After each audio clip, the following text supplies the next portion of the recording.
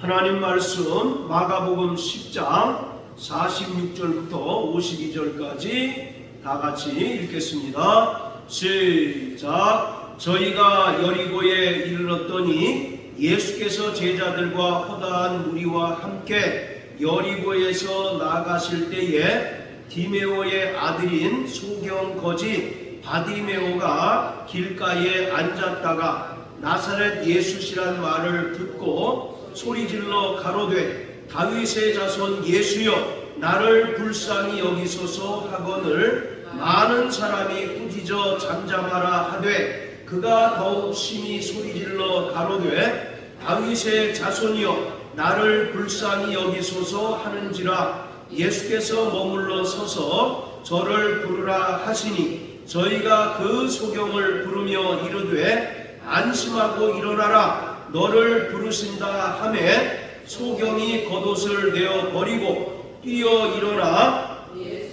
나오거늘 예수께서 일러 가라사대 내게 무엇을 하여 주기를 원하느냐 소경이 가로되 선생님이여 보기를 원하나이다 예수께서 이르시되 가라 내 믿음이 너를 구원하였느니라 하시니 저가 곧 보게 되어 예수를 길에서 쫓으니라. 아멘. 마가복음의 중요한 주제 중 하나가 바로 제자도입니다. 예수님께서는 12명의 제자를 부르셨고 이들에게 사도라는 호칭을 부여해 주셨습니다.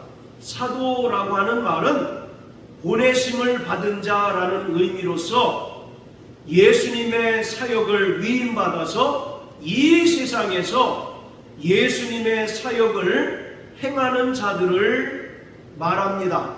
그런데 사도행전 11장 26절을 보면 안디옥 교회에서 최초로 제자들을 그리스도인이라고 불렀습니다.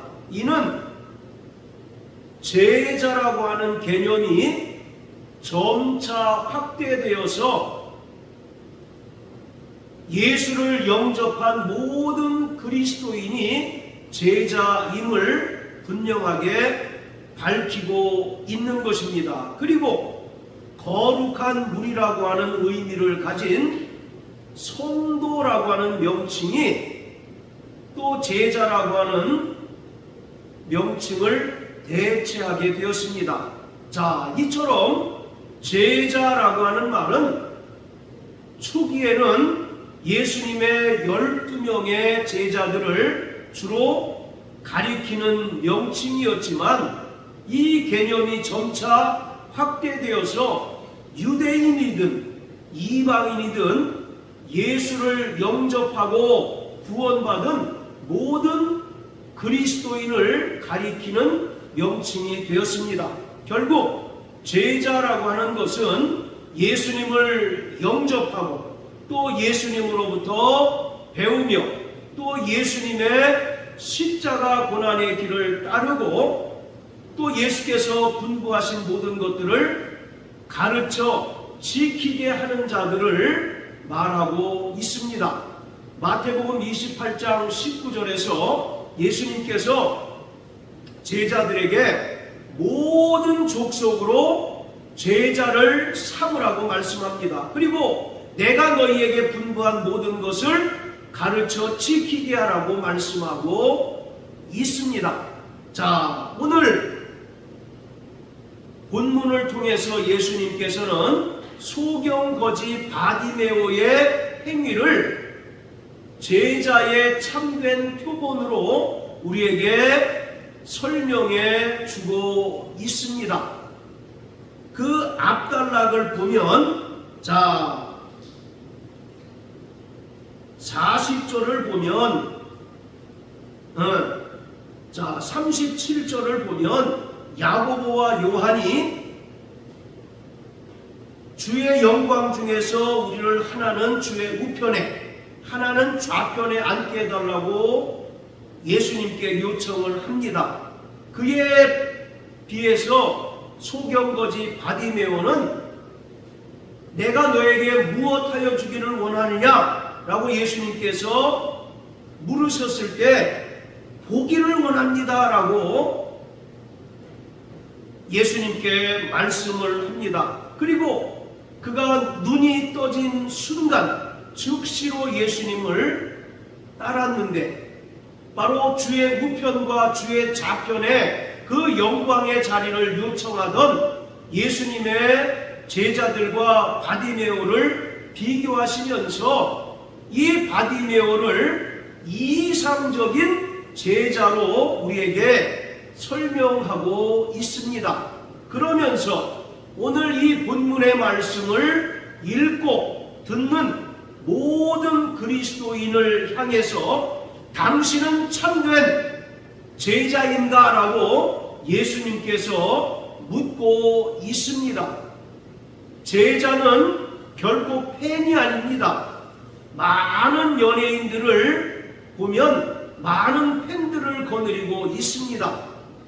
그러나 제자는 팬이 아니라 철저히 예수님께서 가신 그 십자가 고난의 길을 따르는 자들입니다. 요한복음 6장을 보면 예수님께서 내가 하늘로서 내려온 참떡이니 너희는 나를 먹고 마실 때 영생을 얻는다라고 말씀을 하시자 예수님을 따르던 많은 제자가 도무지 예수님의 그 말씀을 이해하지 못하고 한 명, 두 명 예수님을 떠나게 되었습니다.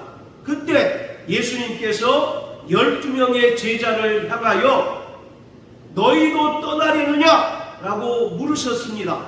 그때 베드로는 영생의 말씀이 여기 계시오매 내가 네게로 가오리까? 라고 대답을 합니다.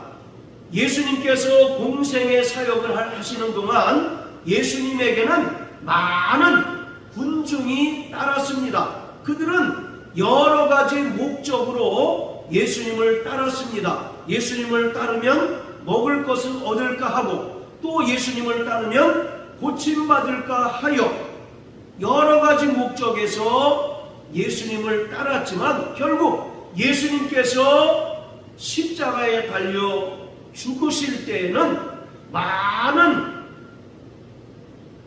제자가 예수님을 비난하기도 하고 또 12명의 제자들조차도 예수님을 떠나서 몰래 숨어있기까지 하였습니다. 따라서 성경에서 말하는 제자는 결코 예수님을 따르는 열광적인 팬이 아니라 십자가 고난의 길을 묵묵히 따르는 자들인 것을 우리가 알 수가 있습니다. 성경에서 말하는 바로 제자도의 핵심은 예수님을 따르는 것입니다. 마태복음 16장 24절에서 예수님께서 누구든지 나를 따르려거든 자기를 부인하고 자기 십자가를 지고 쫓을 것이다 라고 말씀하고 있습니다. 즉 예수님께 부르심을 받은 자들은 믿음으로 반응하여 예수님을 따르는 것이 바로 제자들의 과정이라는 것입니다. 예수님께 부르심을 받은 자들이 가장 먼저 믿음으로 반응하는 것이 즉시 예수님을 따르는 것이었습니다. 마가복음 1장을 보면 예수님께서 베드로, 안드레, 야고보, 요한을 부르시는 장면이 나옵니다. 그들이 예수님께서 내가 너희를 사람 낚는 어부가 되게 하리라고 말씀하셨을 때 그물과 또 부치를 버려두고 즉시 따랐다라고 말씀합니다. 그리고 마가복음 2장에서 세관에 앉아있던 세리 마태를 보시고 나를 쫓으라 명하셨을 때에도 마태 역시 즉시로 예수님을 쫓았던 것을 우리가 성경을 통해서 알 수 있습니다. 그리고 오늘 본문에 나오는 소경거지 바디메오 역시 단순히 예수님을 만나서 고침받은 인물로서가 아니라 그의 모든 삶을 온전히 주님께 맡기고 철저히 제자로 따른 그런 인물로 소개되고 있습니다. 자, 마가복음 8장을 한번 보십시오. 마가복음 8장 22절부터 10장 52절까지가 바로 예수님께서 제자들과 함께 예루살렘 성에 입성하시는 과정을 기록하고 있습니다. 예수님께서 예루살렘에 입성하시는 목적이 무엇입니까? 결국 십자가에 달리셔서 죽기 위해서 예루살렘에 입성하시는 거거든요. 모든 공생의 사역을 마치시고 이제 예수님께서 십자가에 달려 죽으시기 위하여 예루살렘 성에 들어오시는 과정입니다. 이 과정 중에 예수님께서는 제자들에게 자신이 십자가에 달려 죽으시고 또 부활하실 것을 말씀하셨습니다. 그럼에도 불구하고 제자들은 여전히 예수님의 말씀을 온전히 깨닫지 못하고 있습니다. 이 제자들은 예수님과 함께 예루살렘 성에 입성하고 또 예수님으로부터 예수님의 십자가 고난과 부활에 대하여 많이 들었음에도 불구하고 점점 더 이러한 제자들의 영적 무지는 더 심해졌습니다. 그것을 예수님께서 오늘 바디메오의 사건을 통해서 우리에게 분명하게 깨닫게 해주시고 있습니다. 자, 재미난 것은 8장 22절부터 26절까지를 보면 예수님께서 베세다라고 하는 동네에서 소경을 고치신 그런 사건을 기록하고 있습니다. 그리고 오늘 우리가 읽은 본문 10장 46절부터 52절까지를 통해서 또 역시 예수님께서 소경 거지 바디메오를 고치신 그런 장면을 기록하고 있어요. 그리고 그 중간에 예수님께서 제자들에게 예루살렘에서 십자가에 달려 죽으시고 부활하실 것을 말씀하시고 또 제자들이 계속해서 누가 더 높은가, 그리고 또 주님께 그 영광의 자리를 요구하시는 내용이 나오고 또 마지막에 예수님께서 이 바디메오의 사건을 기록하고 있습니다. 바로 이 바디메오의 사건은 예수님께서 말씀하신 제자도에 관한 말씀의 결론 부분에 해당이 됩니다. 그러니까 바로 소경되었던 자가 예수님을 만나서 눈이 떠졌다는 것은 결국 예수님의 제자들이 영적인 소경이라는 것을 암시하고 있습니다.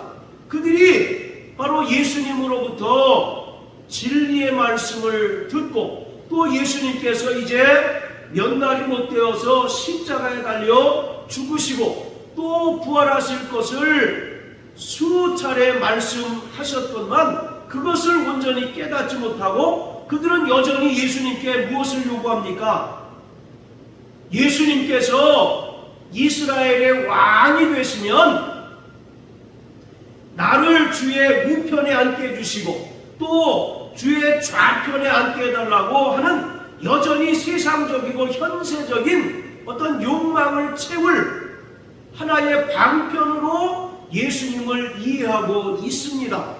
이처럼 바로 예수님께서 예루살렘 성의 제자들과 함께 입성하시는 과정을 설명하고 있는 마가복음 8장 22절부터 10장 52절까지의 그 과정 중에 처음과 맨 나중에 소경이 눈이 떠진 사건을 기록하고 있는 것은 바로 제자들의 영적 상태의 변화를 단적으로 보여주고 암시하고 있는 것입니다.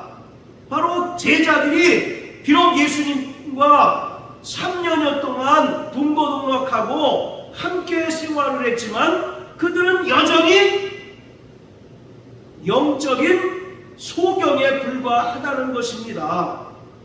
그들은 예수님께서 이 땅에 오신 메시아이심을 온전히 깨닫지 못하고 여전히 정치적인 메시아로 보고 있는 거예요. 그래서 예수님께서 이스라엘의 왕이 되면 한 자리 얻지 않을까라고 하는 그런 인간적인 욕심에 가득 산 것이 바로 제자들의 모습이었습니다. 자, 9장 한번 보세요. 9장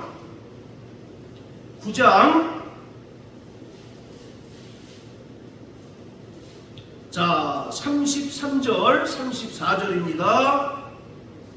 시작. 가버나움에 이르러 집에 계실새 제자들에게 물으시되 너희가 노중에서 서로 토론한 것이 무엇이냐 하시되 저희가 잠잠하니 이는 노중에서 서로 누가 크냐 하고 쟁론하였습니다. 자, 지금 예수님께서는 십자가에 매달려 죽으러 예루살렘 성에 입성하시는 길이었습니다.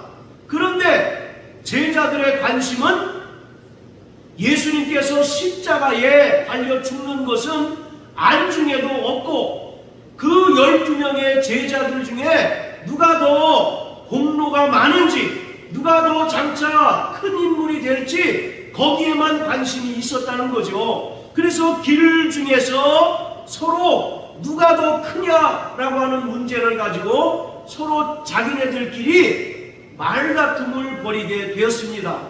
자, 그리고 10장에도 우리가 읽어본 것처럼 야고보와 요한이 예수님께서 이스라엘의 왕이 되시면 하나를 영의정 삼아 주시고 또 하나를 좌의정 삼아 주십시오라고 요청을 합니다.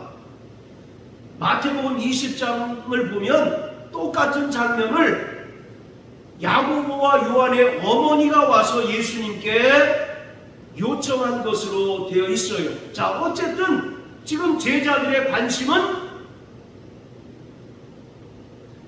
누가 더 큰가, 그리고 또 누가 더 높은 자리에 앉을 것인가 라고 하는 전혀 예수님의 그 십자가 고난과 동떨어진 세상적인 욕망에만 가득 차 있습니다. 그러니 예수님의 그 마음이 오죽 답답하셨겠어요.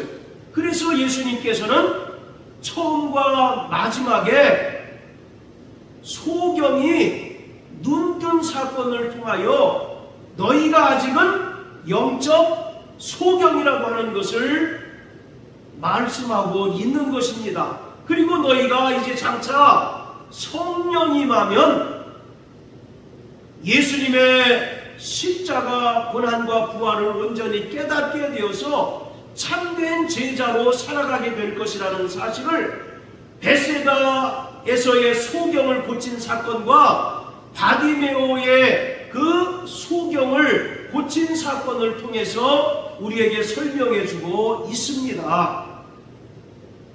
자, 다시 오늘 본문으로 돌아가서요. 이 소경거지 바디메오를 예수님께서 고치신 것은 예루살렘 성에 입성하기 바로 직전에 행하신 이적입니다. 예수님께서는 이 사건을 통해서 누가 참된 제자인가를 분명하게 나타내 주셨습니다.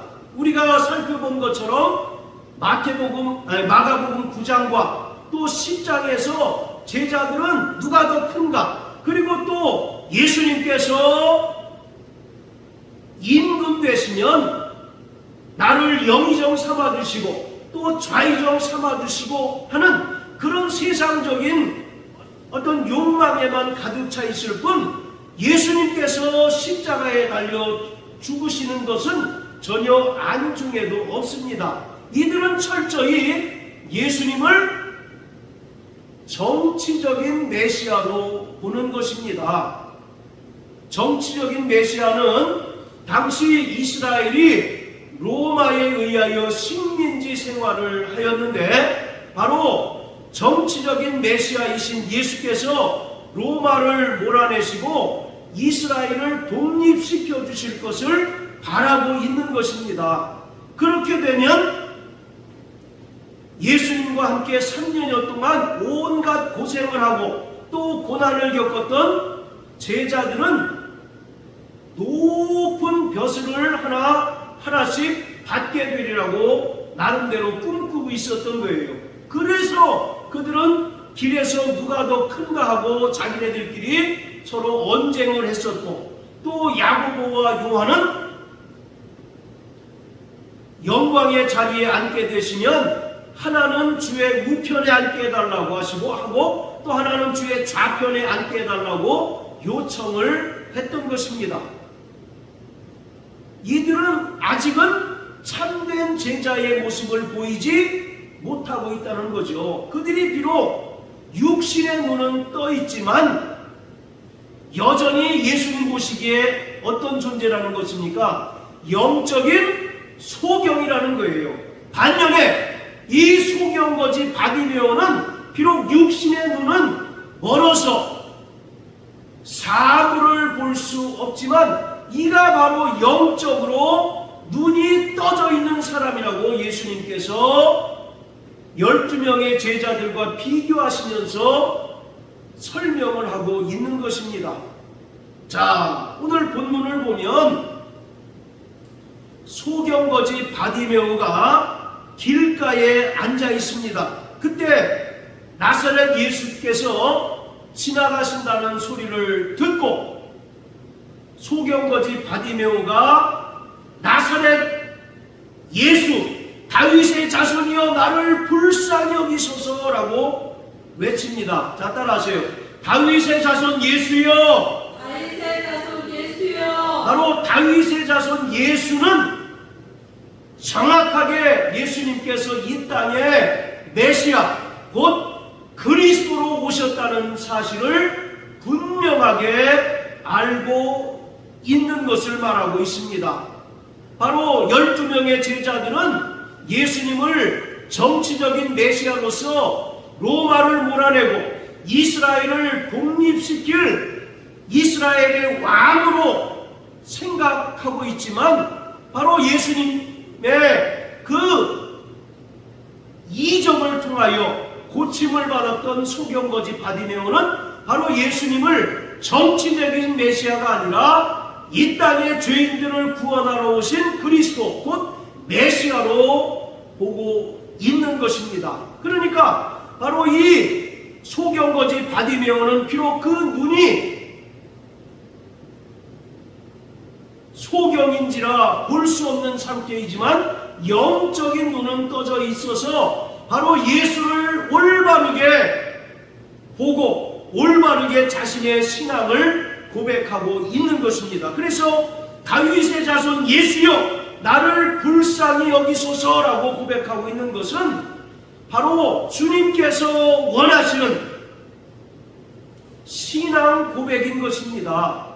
마태복음 16장에 베드로가 주는 그리스도시요 살아계신 하나님의 아들이십니다라고 고백했을 때 예수님께서 베드로를 칭찬하셨듯이 소경거지 바디메오가 길가에 앉았다가 나사렛 예수께서 지나가신다는 소리를 듣고 다윗의 자손 예수여 나를 불쌍히 여기소서라고 외친 것은 예수님을 이 땅의 죄인을 구원하러 오신 그리스도 메시아로 올바로 보고 있는 것입니다. 이것이 바로 주님께서 원하시는 신앙 고백인 것입니다. 자, 그러자 제자들이 바디메오를 만류합니다. 그러자 바디메오는 더 큰 소리로 예수님을 부릅니다. 그때 예수님께서 머물러 서서 49절에 보면 바디메오를 부르라고 말씀하십니다. 그때 자 우리 50절 한번 읽어보십니다. 자 50절 시작. 소경이 겉옷을 내어버리고 뛰어 일어나 예수께 나아오거늘. 할렐루야. 네. 자 바로 예수님께서 부르신다는 소리를 듣고 소경거지 바디메오가 행한 그 모습을 보세요. 겉옷을 내어버리고 뛰어 일어나 예수님께 나아갔다라고 말합니다.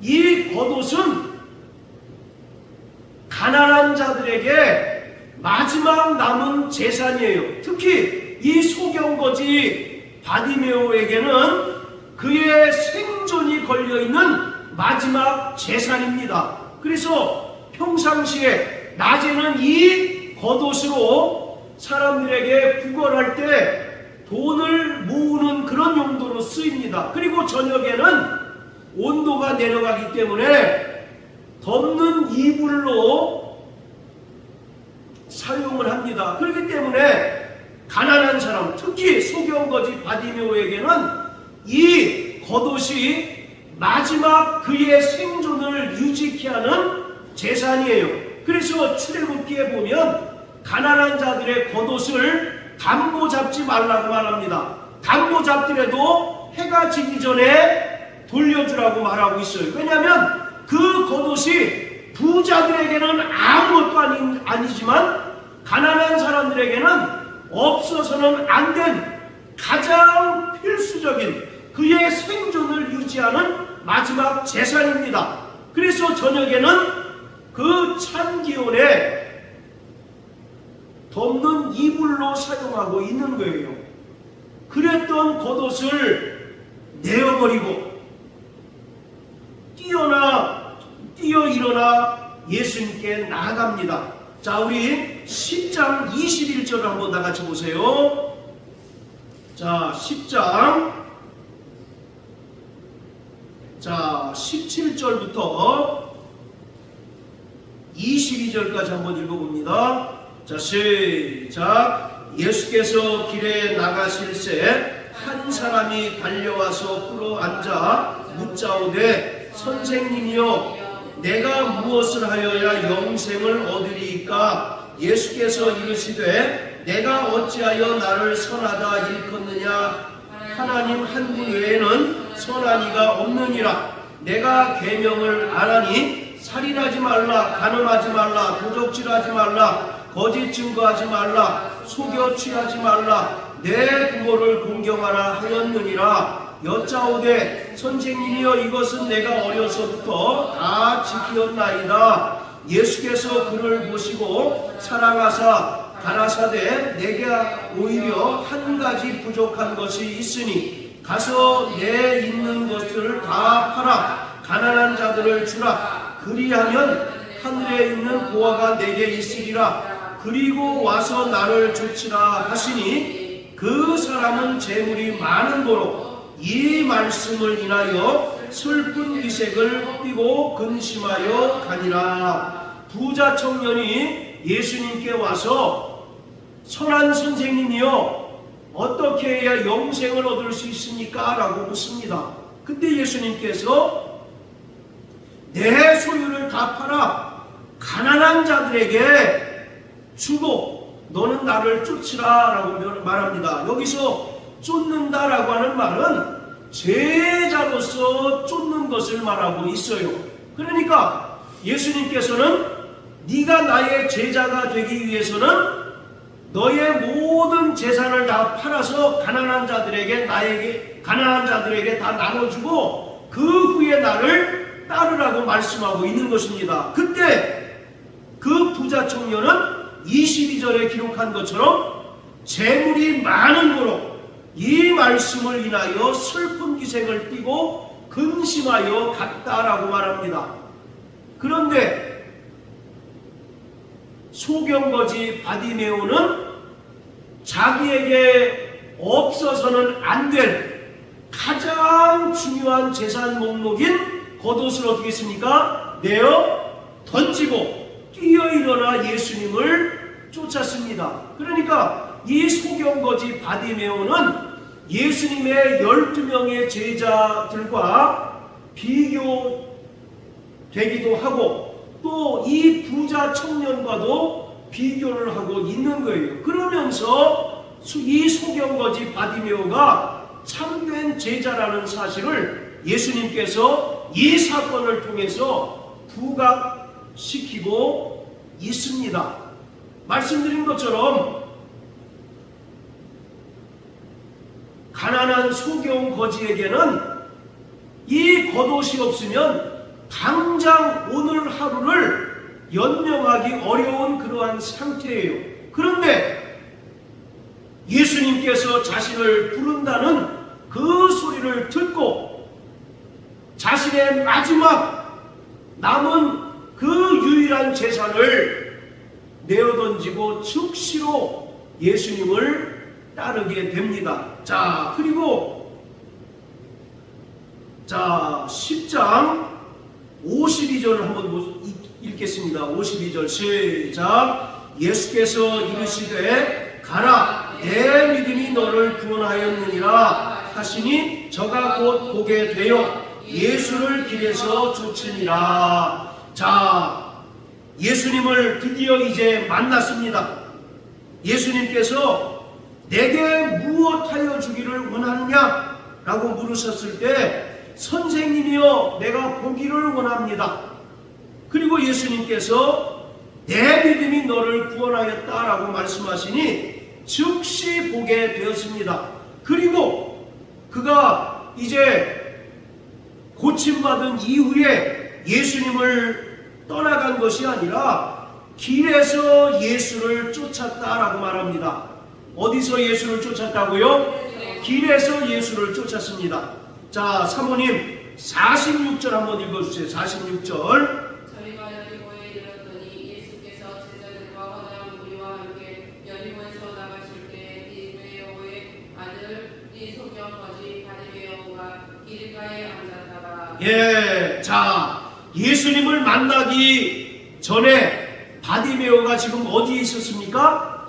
길가에 있었어요. 그런데 그가 예수님을 만나고 고침을 받은 이후에 길에서 예수님을 쫓았다라고 말합니다. 분명히 그는 길가에 있었던 주변인이었습니다. 별로 사람들로부터 주목을 받지도 못하고 또 예수님과 별반 상관이 없는 길가에 있던 사람이었어요. 그런데 그가 예수님을 만나고 또 예수님으로부터 고침을 받은 이후에 중요한 것은 길에서 쫓았다라고 말씀하고 있어요. 바로 길가에 앉았던 바디메오가 예수님을 길에서 쫓았다라고 하는 것은 이 바디메오가 바로 예수님의 제자가 되었다는 것을 분명하게 암시해주고 있습니다. 자, 그리고 여기서 쫓으니라 라고 하는 말이 마태복음 16장 24절에서 예수님께서 누구든지 나를 따르려거든 자기를 부인하고 자기 십자가를 지고 나를 쫓을 것이니라 할 때 그 쫓다라고 하는 것과 동일한 헬라어 단어가 쓰였습니다. 이 쫓다라고 하는 단어는 그냥 예수님과 동행하는 것이 아니라 제자로서 예수님을 따르고 또 제자로서 예수님과 함께하는 그런 상태를 말하고 있는 것입니다.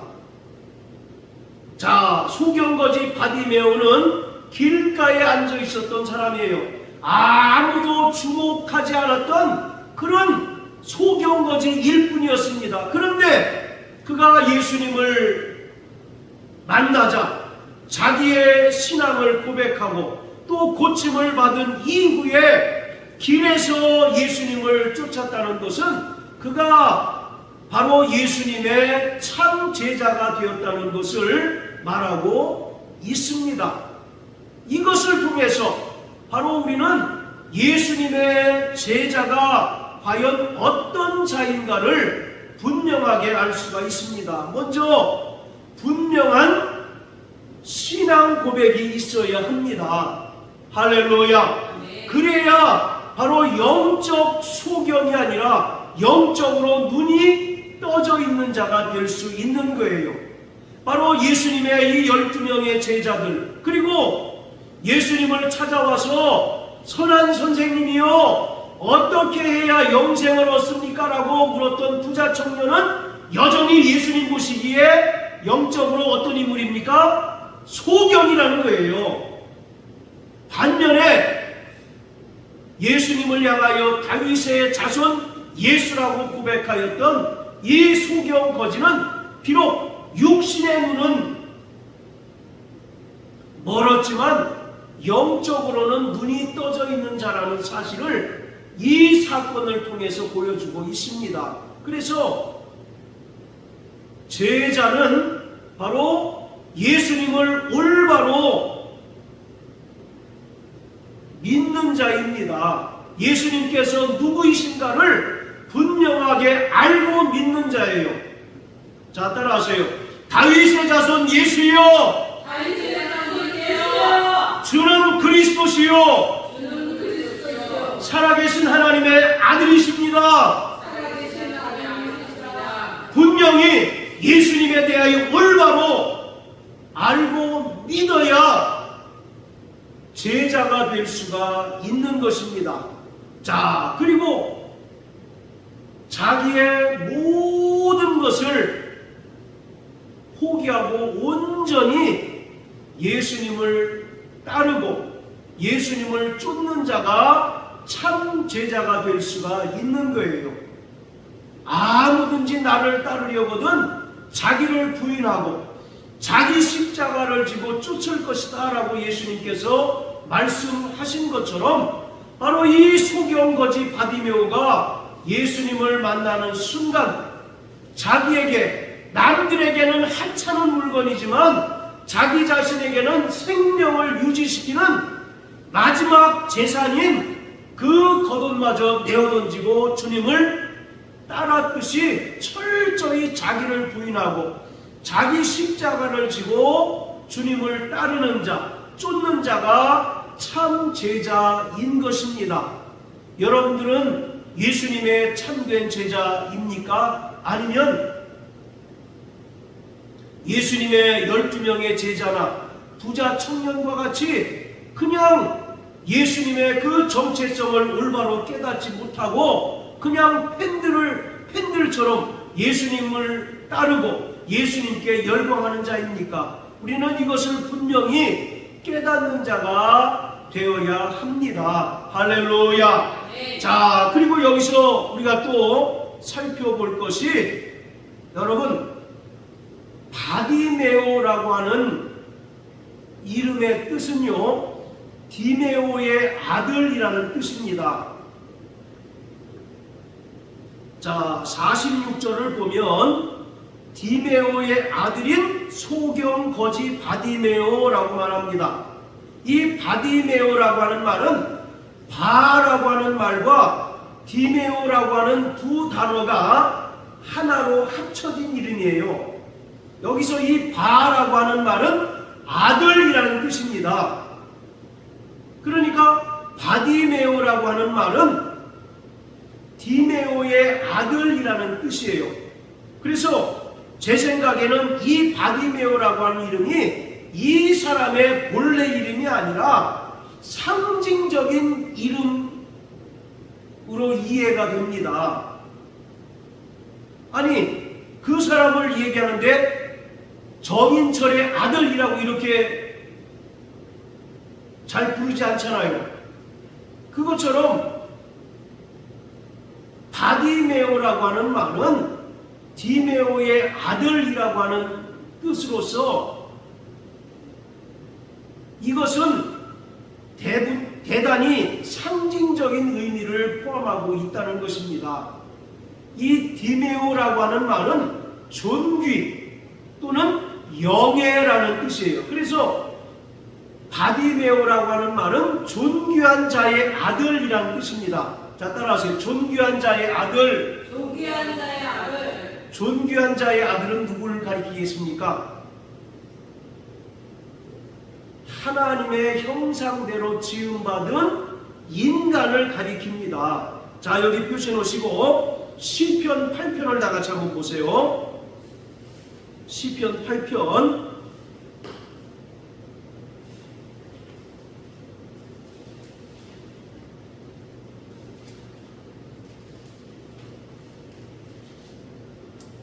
자, 5절부터 우리 한번 읽어봅니다.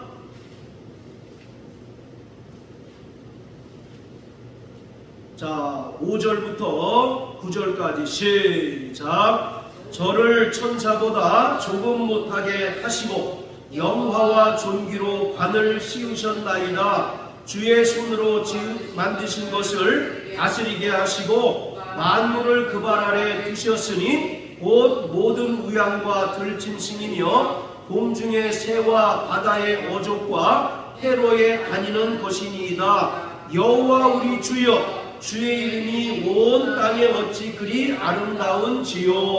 자, 5절에 보면 저를 천사보다 조금 못하게 하시고 라고 말합니다. 여기 천사에 해당하는 히브리어가 엘로힘입니다. 그런데 이 엘로힘은 본래 물론 뭐 천사를 가리킬 때도 있지만 본질적으로 하나님을 나타내는 명칭입니다. 따라서 여기서 천사보다 조금 못하게 하시고 라고 하는 말은 오역입니다. 그래서 하나님보다 조금 못하게 하시고 라고 번역을 해야 온당합니다. 그리고 하나님보다 조금 못하게 하시고 라고 하는 말은 정확하게 창세기 1장 26절 27절의 말씀을 설명하고 있는 거예요. 하나님께서 인간을 지으시되 하나님의 형상의 모양을 따라 지으셨어요. 할렐루야. 아멘. 다른 피조물들은 각각 그 종류대로 창조하셨지만 하나님께서 인간을 지으시되 하나님의 형상의 모양대로 지으셨습니다. 즉 인간을 하나님의 특별한 존재로 세우셨다는 거예요. 그리고 영화와 존귀로 관을 씌우셨다라고 말합니다. 하나님께서 하나님의 형상대로 지으신 인간에게 만물을 지배하고 통치할 권한을 위임하셨다는 겁니다. 그래서 아담이 에덴 동산의 청지기가 되어서 만물을 통치하고 다스리고 지배하는 관리자가 되었던 거예요. 이처럼 하나님께서 인간을 하나님의 형상대로 지으셨다는 것은 하나님의 존귀한 자로 지으셨다는 겁니다. 할렐루야. 아멘. 그리고 에베소 1장에 보면 하나님께서는 인간을 그리스도 안에서 하나님의 아들들이 되게 하실 것을 예정하셨어요. 그래서 바디메오라고 하는 이름은 존귀한 자의 아들이라는 뜻입니다. 바디메오가 무슨 뜻이라고요?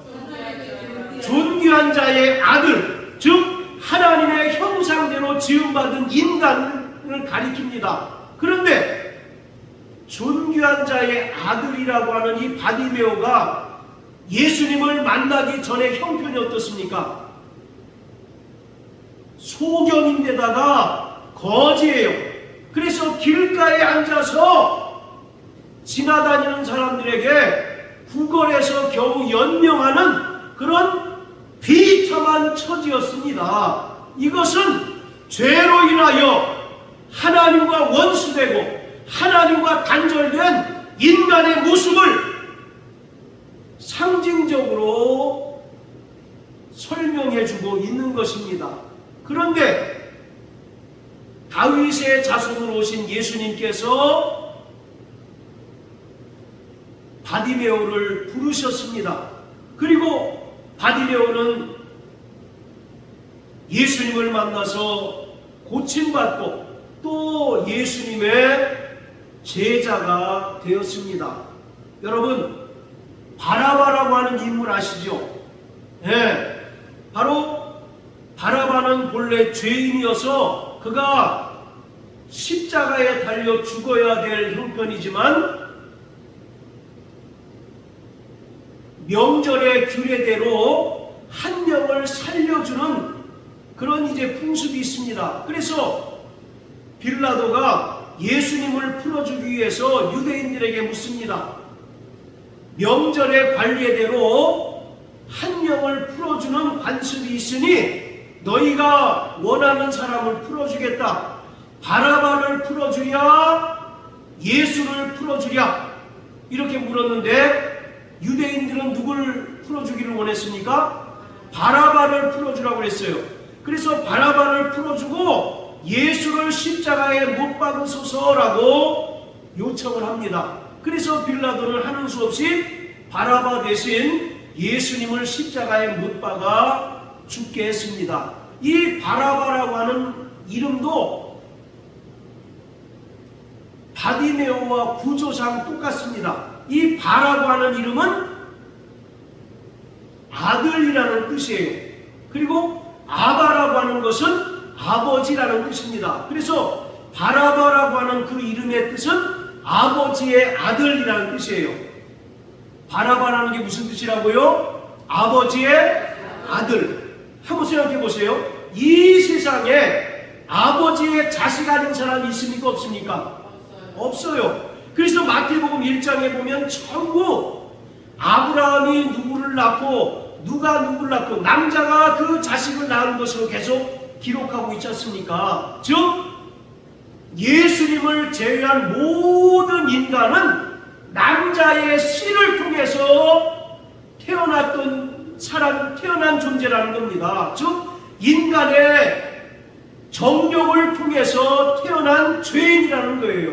그런데 예수님은 이 땅에 여인의 후손으로 오셨습니다. 창세기 3장 15절에서 하나님께서 여인의 후손이 뱀의 머리를 상하게 할 것이다 라고 말씀하잖아요.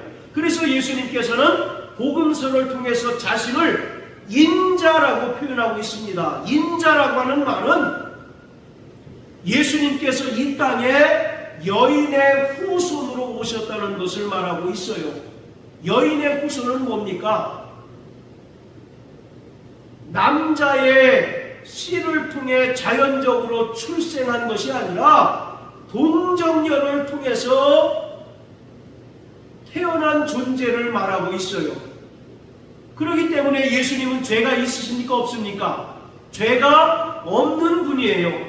남자의 씨를 통해서 인간의 정력을 통해 태어나신 분이 아니라 동정녀 마리아를 통해 태어나신 바로 죄 없는 분이 예수 그리스도라는 것입니다. 모든 인간이 바로 바라바라는 거예요. 즉 첫사람 아담 안에 속한 죄인이라는 것입니다. 이 바라바 대신에 누가 죽으셨어요? 예수님께서 바로 죽으셨어요. 이것은 예수 그리스도께서 죄인된 인간들을 대신하여 십자가에 달려 죽으심으로써 죄인 되었던 인간이 생명을 얻고 구원 얻은 것을 설명하고 있는 겁니다. 그래서 성경에 나타난 바라바라고 하는 인물과 오늘 본문에 나오는 바디메오라고 하는 인물은 개인의 이름이기도 하지만 또 한편으로는 온 인류를 대표하는 상징적인 이름이라는 것입니다. 바로 저와 여러분들이 바디메오라는 겁니다. 분명히 하나님의 형상대로 지음받은 존귀한 자였지만 예수를 만나기 전에는 소경이었고 거지였던 자였어요. 즉 죄로 인하여 하나님과 관계가 단절하여 비참한 환경에 처한 상태로 살아가는 자들이었다는 겁니다. 그런데 예수님을 만나서 구원을 받았습니다. 할렐루야. 또 예수님을 만나서 이제 그의 참된 제자가 되었습니다. 이처럼 모든 그리스도인들은 철저히 예수 그리스도를 따르는 제자가 되어야 합니다. 그 길이 뻔히 죽음의 길인 줄 알면서도 그 길이 뻔히 십자가에 매달려 죽는 길인 줄 알면서도 그 길을 가야 하는 것이 바로 모든 그리스도인들의 숙명이고 또 바로 사명인 것입니다. 자, 마지막으로 베드로전서 2장을 다 같이 한번 보십니다. 베드로전서 2장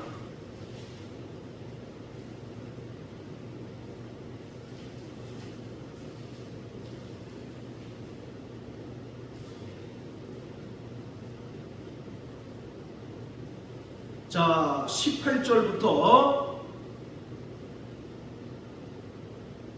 21절까지 읽겠습니다. 시작. 사환들아, 범사에 두려워함으로 주인들에게 순복하되 선하고 관용하는 자들에게만 아니라 또한 까다로운 자들에게도 그리하라. 애매히 고난을 받아도 하나님을 생각함으로 슬픔을 참으면 이는 아름다우나 죄가 있어 매를 맞고 참으면 무슨 칭찬이 있으리요. 오직 선을 행함으로 고난을 받고 참으면 이는 하나님 앞에 아름다우니라. 이를 위하여 너희가 부르심을 입었으니 그리스도도 너희를 위하여 고난을 받으사 너희에게 본을 끼쳐 그 자취를 따라오게 하려 하셨느니라. 자, 21절 다시 한번 시작. 이를 위하여 너희가 부르심을 입었으니 그리스도도 너희를 위하여 고난을 받으사 너희에게 본을 끼쳐 그 자취를 따라오게 하려 하셨느니라. 자, 우리를 부르신 목적이 나옵니다.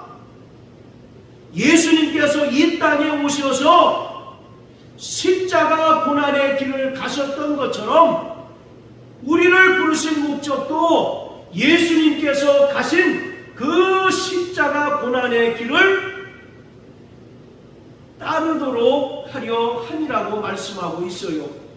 우리 그리스도인들이 가는 길은요, 결코 꽃길이 아닙니다. 세상 사람들은 꽃길만 가기를 바래라고 말을 하지만 결코 그리스도인들이 가는 길은 꽃길이 아니라 가시밭길이고 또 십자가 죽음의 길이고 십자가 고난의 길입니다. 그러나 우리는 분명히 압니다. 그 십자가 고난의 길 끝에 영생이 있음을 알기에 우리는 묵묵히 자신을 부인하고 자기 십자가를 지고 주님을 따르는 삶을 살아가야 합니다. 이것이 주님께서 우리를 부르신 목적이고 또 이것이 주님께서 바디메오 사건을 통하여 우리에게 깨닫게 하시는 영적인 교훈인 것입니다. 자, 19절 보세요. 애매히 고난을 받아도 하나님을 생각함으로 슬픔을 참으면 아름답다라고 말합니다. 이것이 십자가 고난의 길입니다. 예수님께서는 도살장에 끌려가시는 양과 같이 압제자들의 그 앞에서 침묵하셨다라고 말합니다. 또 검과 뭉치로 무장해서 예수님을 붙잡으러 오는 자들을 향하여 예수님께서는 내게 12영을 부릴 권한이 없는 것이 아니라 하나님의 뜻을 이루기 위하여 이 땅에 오셨다는 사실을 분명하게 말씀하셨습니다. 사랑하는 성도 여러분, 지금 우리가 가는 길이 비록 사람들이 선호하는 꽃길은 아닐지라도 이 길의 결국, 이 길의 마침에 영생과 천국이 있다는 사실을 깨닫고 묵묵히 참고 또 애매히 고난을 당하여도 하나님을 생각하여 참고 주님을 묵묵히 따르는 참 제자의 삶을 살아가는 저와 여러분들 되시길 주님의 이름으로 축복합니다. 아멘. 예수님을 하나의 출세의 수단이나 또는 예수님을 이 땅에서 우리가 잘 먹고 잘 사는 수단으로 삼는 것이 아니라 오직 그가 가신 그 길을 묵묵히 따르는 참 제자의 삶을 살아내는 저와 여러분들 되시길 예수님 이름으로 축복합니다. 할렐루야.